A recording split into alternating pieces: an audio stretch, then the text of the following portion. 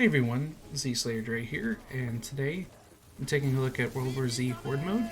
It just released yesterday, and I'm just doing a quick impressions video. It's been a pretty anticipated patch. People have been waiting pretty much since the game has released for this, and something I've personally really been looking forward to. Personally, it's one of the best games I think I've played this year. It's a mid-tier game, so you have to kind of put your expectations in check sometimes. It's not a big team. There's only so much they can do, so it's a double-edged sword because these mid-tier game developers, they have more creativity or what they're allowed to do with their game. So you can get something that's, it's by people who seem to be passionate, who want to make a game for gamers, but at the same time they don't have the same resources as a AAA company, so they can't do everything that they probably want to do. But anyways, we're gonna take a look and see how they did. It's on the airport map.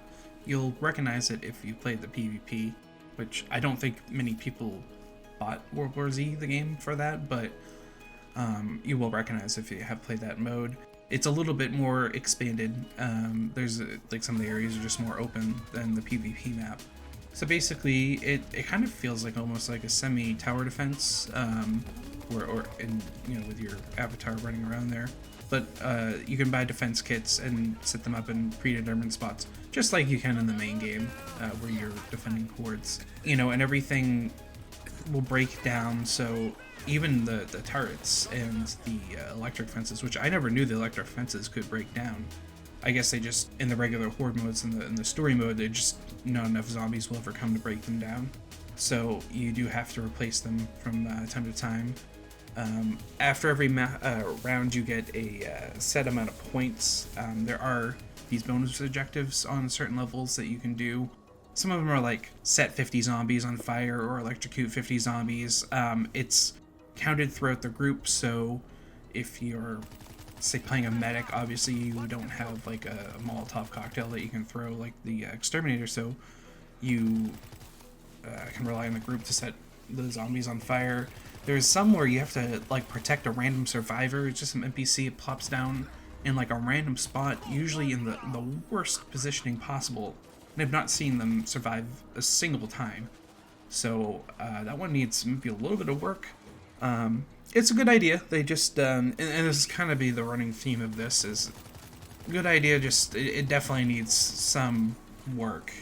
I haven't really determined, I'm sure people have on Reddit already figured out how many points you get per round, but it seemed to be kind of random, because I joined something at in the second level, and I didn't kill anything. I got 80 points, but in the previous game on level 3 I killed like over 300 zombies and I got 60 points, so I don't know how that makes any sense. And obviously you get extra points if you do the extra objective. And if you go around the map, you can find, there's some secrets. I did find a couple of breaching charges. You can open up some lockers that have resources in them, which can be a really good way to get some defenses early on. The one thing that kind of surprised me was that you actually have to buy ammo crates, which I guess it's a finite resource, so you don't even start off with any of them. And actually can take a couple of rounds, usually 2 to actually, sometimes 3 to save up to buy one.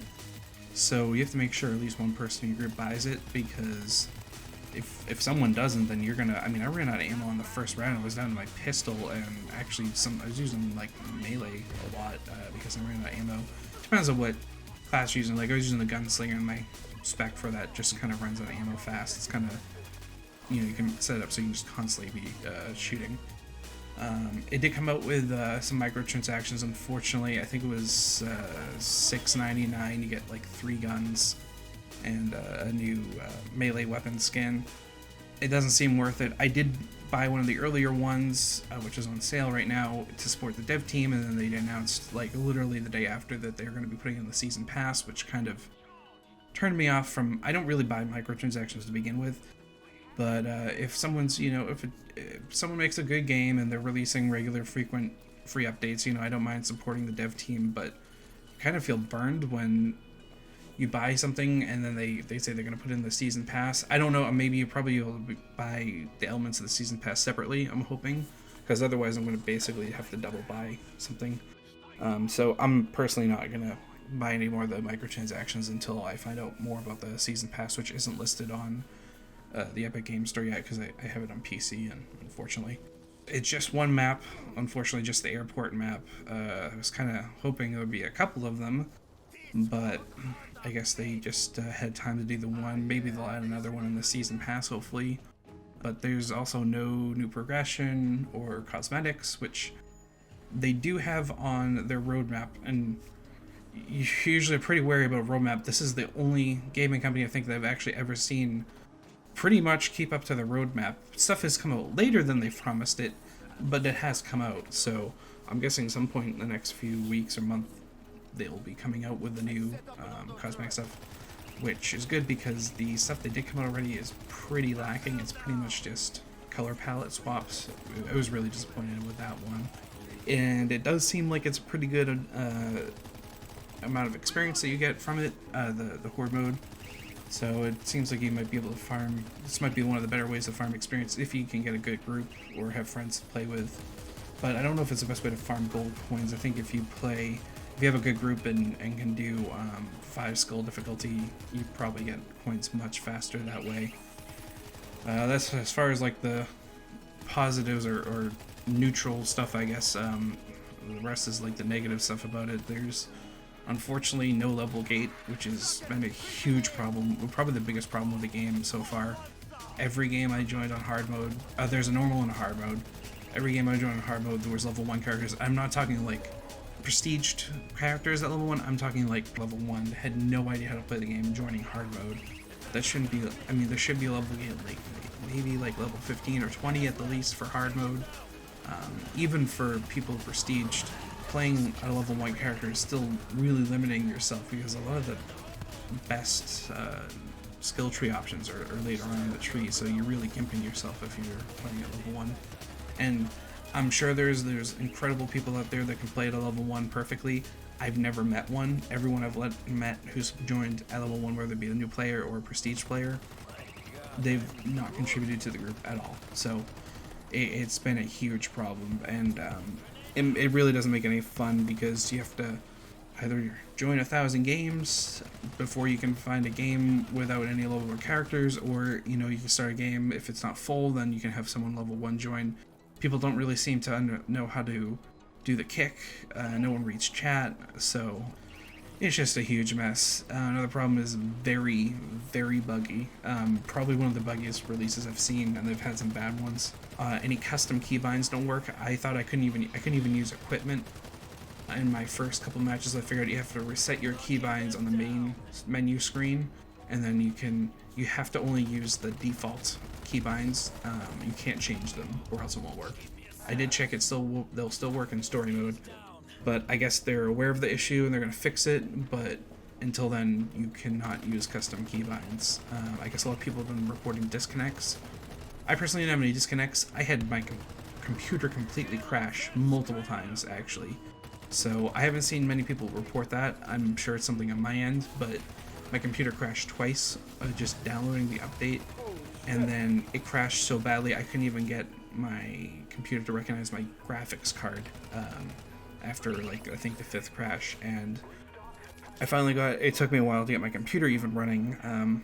Now this backup, I'm not even I deleted the game, I'm not even downloading it again until they seriously patch up the game, which sucks because I want to play it, but I'm not going to risk, I mean, I have no idea how an update to a game could damage your video card, but it did something. Maybe there's some issue with my graphics card that this patch exploited or something, I don't know. I've never heard of it happening before, but all I know is that this patch made my graphics card basically stop working. It's fine now, it's working seemingly okay now, so I'm just gonna have to wait until they patch it. I mean, obviously there's a ton of other bugs too, so I'm gonna have to wait kind of until they patch it before I can even play it. And a couple other things, I just kind of made like a bullet point list for this one just to go through. There's no new defenses, everything's just from the story mode, which kind of sucks. Would have been cool to see some new defense kits, but like I said, it's a mid-tier game, small staff. I mean, they're working on the season pass probably, unfortunately, so they probably only had a few people working on this, so nothing new, unfortunately. Maybe in the season pass they'll put some new stuff in, but you know. The other things I noticed was the costs from some of the defenses need to be rebalanced. I think the ammo crate costs way too much, and then stuff like the electric fence, which is completely overpowered, was too cheap. And some other, I think maybe tweak with the amount of resources you get at the end of each round, and maybe some of the other just defense costs just need to be rebalanced. When you buy stuff, say for example you bought one equipment, usually you'll buy it and you'll get 3 that will spawn. They'll have these little stations where you can buy the stuff, and they'll have a set amount of slots. If the slots are full, then the weapons or med kits or equipment kits that you buy, if it's full, then they'll just spawn them around the map, which is kind of cool. So you can sometimes you'll find like a med kit lying around some random spot when you need it, which is nice. And it's good because everyone kind of shares everything. But yeah, that's basically it. I would say it's pretty, I don't want to say it's disappointing, but a little lackluster. Definitely the glitches and bugs really kind of just ruins the experience, to be honest. Like I said, I can't even launch the game anymore. So once the bugs are fixed and maybe some rebalancing of certain stuff, it'll be okay. It's not if you played the game and deleted it, it's not really worth re-downloading. Like I said, it's just one map. You play it a couple times, you pretty much have seen it all. I mean, it's fun, but it's not really much new or different, you know. We already had Horde waves in all the story maps.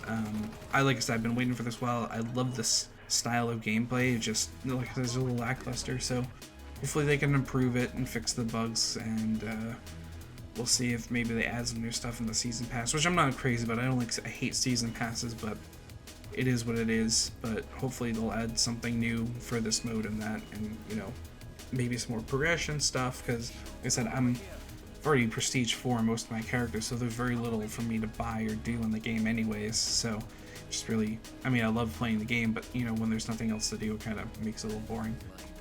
But anyways, I meant for this to be a quick impressions video, but we're going on 13 minutes now.